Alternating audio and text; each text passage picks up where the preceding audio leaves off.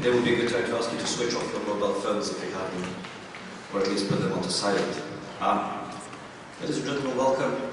It actually gives me great pleasure to welcome someone that I have known for a while, someone that Milan has known for a longer while, and I have to gloat a little bit, yeah. He's arrived here yesterday, and this is the first place he's given a lecture in terms of university lectures. So I'm sure that we can give it him, yeah. And in fact, I think tomorrow is University of Belgrade or something like that, so we're the first one. And obviously him being a Cambridge man, I think he recognized the fact that there's a couple of us here from Cambridge as well. Having said that, he was at Trinity, but no one's perfect. I was at Keith, so it's a different story. We never liked them. They're much bigger and better, and they have more Nobel Prize winners than anyone else in the world, I think. But that's besides the point. Now, without any further ado, the man is on a really tight schedule, so you're warm welcome, Ser Pol Džadža.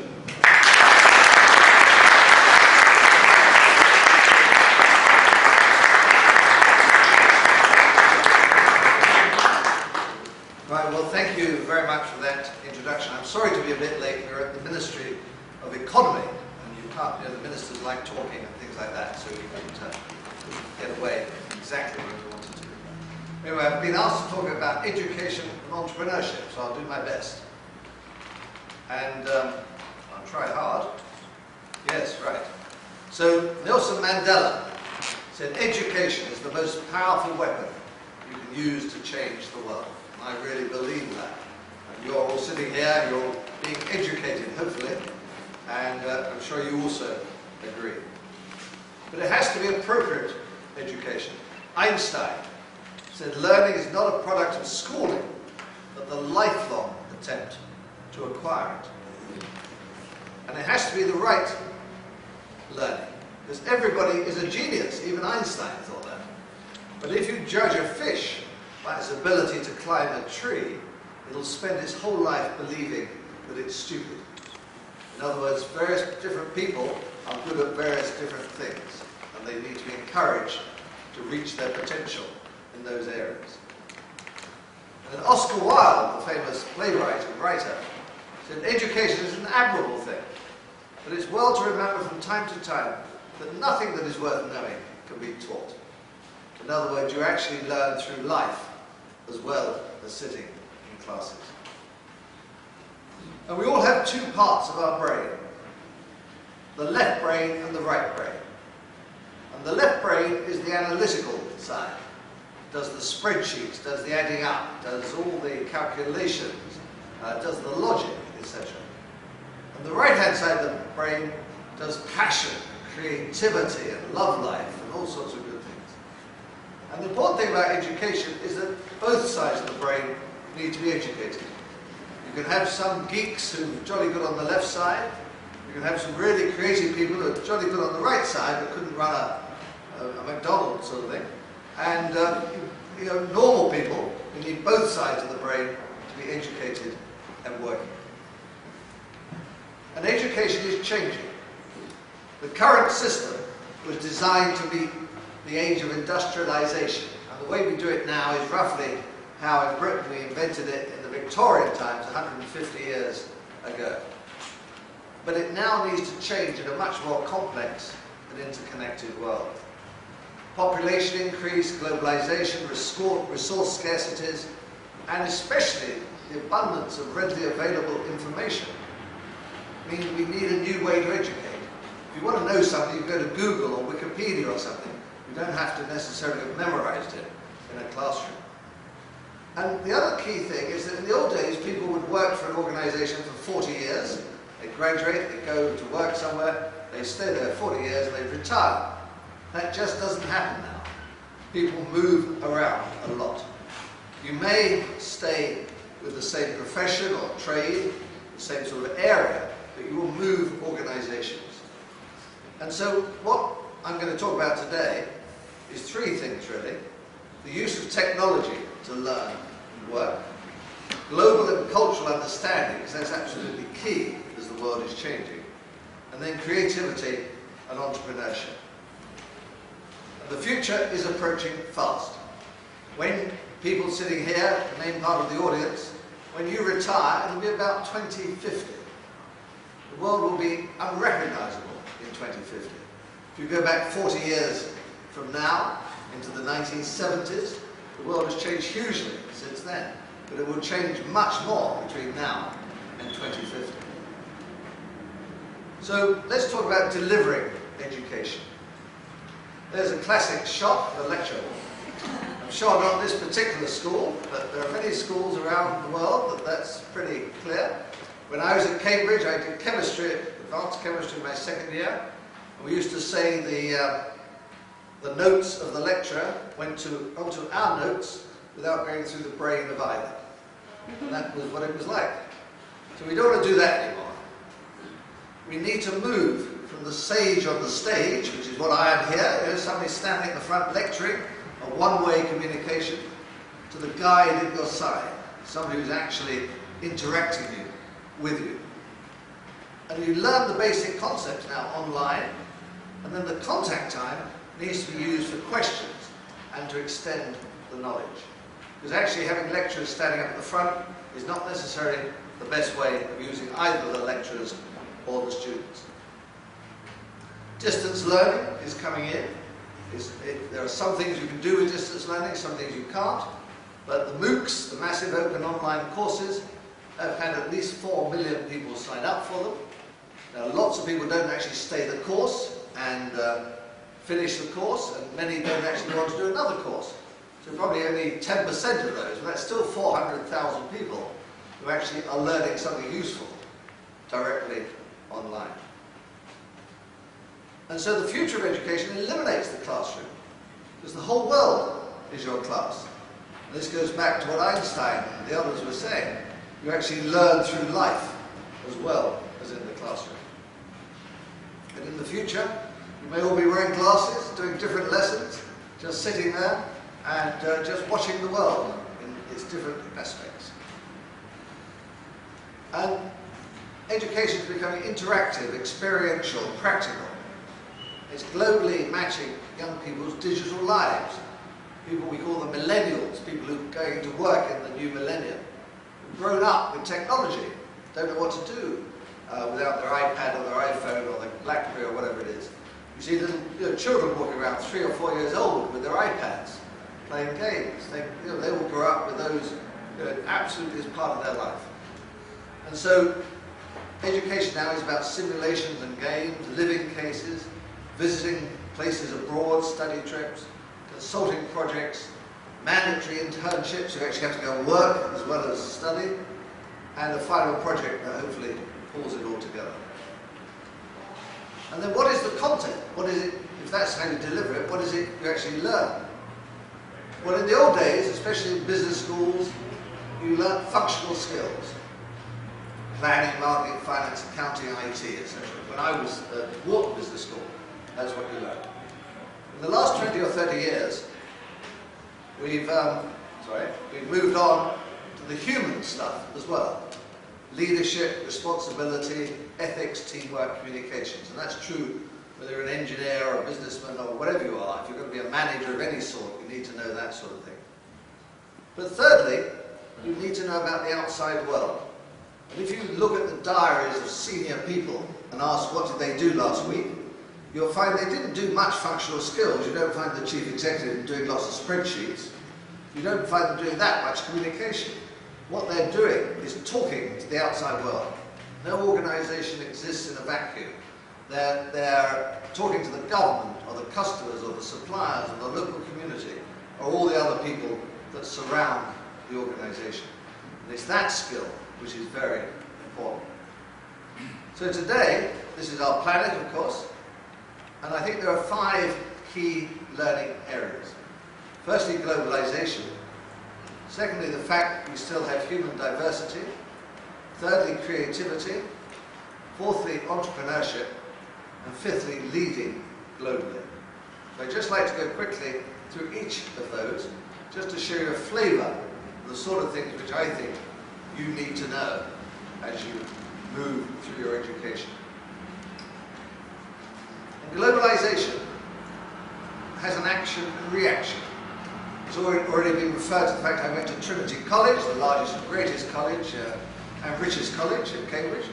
And also Isaac Newton went there. And Newton's third law of motion is that to every action there's a reaction. And the action of globalization means that more economic flows happen between countries and between continents. But there's a reaction. People don't necessarily like it. There's a resistance to the impact of global forces on culture. And actually accepting other cultures is not easy. So if we look at 1750, before industrialization really, that's the population of the world. It's about 800 million people. 63% of them were in Asia. And indeed Adam Smith, in the most famous economics book ever written, The Wealth of Nations, said China is a much richer country than any part of Europe. And indeed it was true. Right through history, right through to 1820, Asia was about 2/3 of the world economy. Europe was about 30%, America and Africa a bit less than 10%, and Western, which is America, Canada, Australasia, with more or less nothing happening there at all economically. But then we had technological change. The steam engine, the steam boat, Faraday with electricity, and cholera and all sorts of things that were invented and found during the 19th century. Even the humble sewing machine changed people's lives a lot. The Ford Model T, the Wright brothers, the Trans-Siberian Railway, and then Einstein and the atom. But that all happened in the West. It didn't happen in Asia. World population went from 800 million, by 2000 it was 6 billion. It was going up about a billion every 11 years in the latter part of the last century. But interestingly, the world population was still 60% in Asia. Europe was down to 13%, and Latin America and Africa 21%. But what happened to the GNP? Because we had the technological change, Asia dropped from 2/3 to 1/5 of the world's GNP. And many people still have that in their mind, that Asia's a poor place. And as you can see, the yellow line moved up as America got organized. The purple line, Europe, kept reasonably well, around the 30–40% mark. And sadly, Latin America and Africa didn't do very much at all. And why has that happened? Or what is now happening since the Second World War?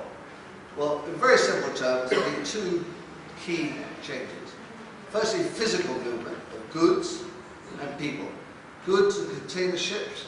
You can now send a container from Europe to China for less than $1,000, and you can get a lot in a container. It costs you about $3,000 or $4,000 to get it back again, full of stuff. But getting it out there shows how cheap it is. And of course, aircraft have transformed the way in which we all move around the world. The other side is information movement. Information now flows everywhere. When anybody has an internet access, can essentially get whatever information they want. And so Asia has begun to move up again. And at the end of the last century, it was back to about 40% of the world's GNP. And Europe, as you'll see, was going down as a proportion. Between 2010 and 2050, the population of the world will go from about 7 billion to 9 billion. About another billion people in Asia, which is a quarter increase, and another billion in Africa, which is almost a doubling of the population. But interestingly, still about 60% of the people will be in Asia. Africa and Latin America have come up. Europe's getting smaller and smaller, that will be down to 8% of the population. And if one looks at some reasonable growth estimates over the next, between 2000 and 2050, the population numbers are pretty solid. The GDP per capita are obviously estimates, but based on recent and expected history, and that gives you the GDP.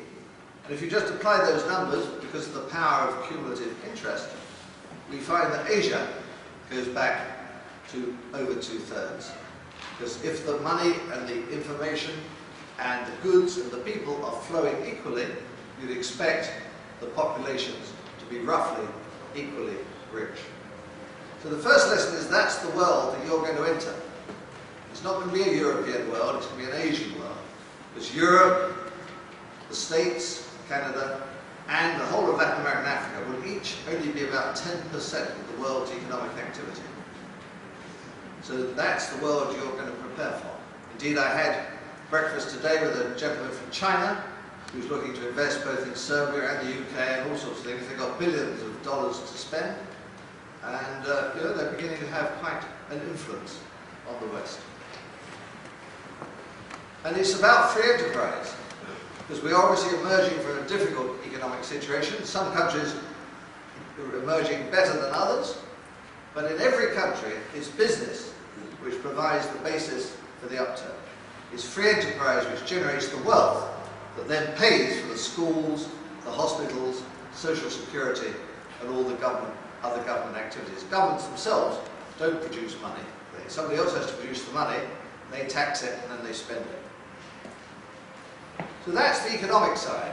The cultural side. We are still very diverse. All sorts of nations, all sorts of people, and an understanding of this is equally important as understanding the economics. We say in Europe that in heaven, the nannies are British, the cooks are French, the engineers are German, the administrators are Swiss, and the lovers are Italian. Sounds pretty good. But in hell, the nannies are German, the cooks are British, the engineers are Italian, the administrators are French, and the lovers are Swiss. So we just use that very simple example. We all know it's true-ish. Yeah? You can't generalize a whole nation, but it's, yeah, every nation has its own characteristics. And what is culture? Well, culture is the way we do things, but nobody tells us how to do. Somebody puts a plate of food in front of you, you pick up a knife and fork. You don't look for chopsticks, whereas if you're in China, you'd be looking at the chopsticks, not the knife and fork. Very simple example. Culture is like water to a fish. A fish does not know that water exists until it jumps out of it. So people who only live in one country think that that's all it is. It must work that way, whether it's whatever aspect of the country, the government, the religion, the practices, the marriage ceremonies, that's how you do it. You go to another country, you find they do it completely differently. And so we're all like all others. We all have basic human needs. We eat, we drink, we go to sleep, etc., etc., etc. But we're also like nobody else. Everybody in this room is different from all the other people. We're unique in our own right in various ways. Either what we look like, or what we think, or what we prefer, etc., etc. And culture is where we're like some others. This is our culture. We share it with some, but not with others. It can be a national and ethnic thing. So you're in a country, you have a culture. It can be a particular employer. Different employers have different cultures in the company. It can be different functions. If you're in an organization, the marketing people may well be different from the finance people. And even on a team, you can have half a dozen people on the team, and you'll find that different cultures are impacting on the decisions that are made. And just some examples, these people are all behaving in the way they think appropriate in their culture. Well, you might think some of them look rather strange, but nevertheless, that's how it is. And from religion, there's all sorts of religions in the world. And it's unclear which is the right religion, or if there is a right religion. But religion still, as we know, sadly, causes a lot of conflict around the world because of the lack of cultural understanding. So now let's move on to creativity, another very important thing that people need to understand. And Picasso, one of the great artists, of course, of the last century, said success is dangerous. One begins to copy oneself. It's more dangerous than to copy others. It leads to sterility. We have a phrase that when everything is going well, something has been overlooked. Norman Foster, the famous British architect, talked about art and uncertainty. Creativity and art cannot prosper without uncertainty. You actually have to take a risk to achieve something. And Yehudi Menuhin, the famous violinist, said there's a lack of mediation and creativity everywhere, especially in schools. The arts are missing from our lives and we're giving way to violence. The creative spirit is very important. It shapes the human personality, brings out people's full potential. It opens up a new horizon for everybody. And it also helps to maintain an emotional balance. And it fosters harmonious behavior because culture can speak across different ethnic and national and other barriers that there might be. An arts education. Arts have traditionally been a low priority for many schools and other academic institutions. They're not seen as the true purpose of education, although as we'll see they are very important. They're seen as extraneous, extracurricular and expendable, but they can bridge the cultural divide. And in the modern world, competition is between workforces, global workforces. And actually, most countries, the service industry is predominant, typically 3/4 at least of the activity economically of the country, and it requires creative people who can power those knowledge industries. In Britain we have a saying called the 3 R's, but there is actually a 4th R, and classically the 3 R's are reading, writing and arithmetic. But the 4th R is arts, and we need the 4th R as well in education, so people have the creativity to do things and to change careers and to become entrepreneurs indeed. And arts do develop potential. Brain research shows that we learn from a very early age, even inside the womb. And visual and performing arts can help children learn to read and write and count. And the act of creation can unlock a mind in many ways. And creativity leads to entrepreneurship. Darwin, another great Cambridge graduate, was right. The fittest survive. That's how the economy works. This is the Judge Business School at Cambridge, where Milena and others spent their time. And we take very seriously the entrepreneurship side. We have an accelerator and incubator and the courses on entrepreneurship. And we're in the middle of Cambridge, which has one of the great IT and biotech clusters in the world around it. There was a book called The Naked Ape, written some decades ago by Desmond Norris. And he looked at the difference between humans and animals, and indeed the similarities. And he talked about when we were millions of years ago, living in caves or living out on the savannas, on the prairies, and how tough it was. In one sentence he says, it was very difficult. We had to take the main chance, we had to do what we thought was best, we had to seize every opportunity we could find. And that is a remarkably good description of an entrepreneur. And because it's deep in our genes, it's true around the world. Even at the height of the communist era in China, there were still kids up on the Great Wall selling little toys and dolls and things to make a bit of money. It's deep in everybody, entrepreneurship. And Adam Smith, who we met earlier, probably the most famous sentence in economics, it's not from the benevolence of the butcher, the brewer, or the baker that we expect our dinner, but from their regard to their own self-interest. We address ourselves not to their humanity, but to their self-love.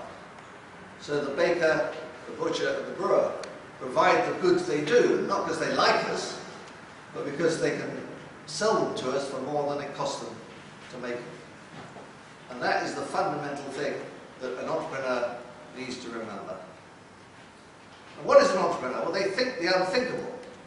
But the thing that differentiates them from other people is they actually then go out and do it. And lots of people think the unthinkable, probably most of us most days. But most of us don't actually then go and do it.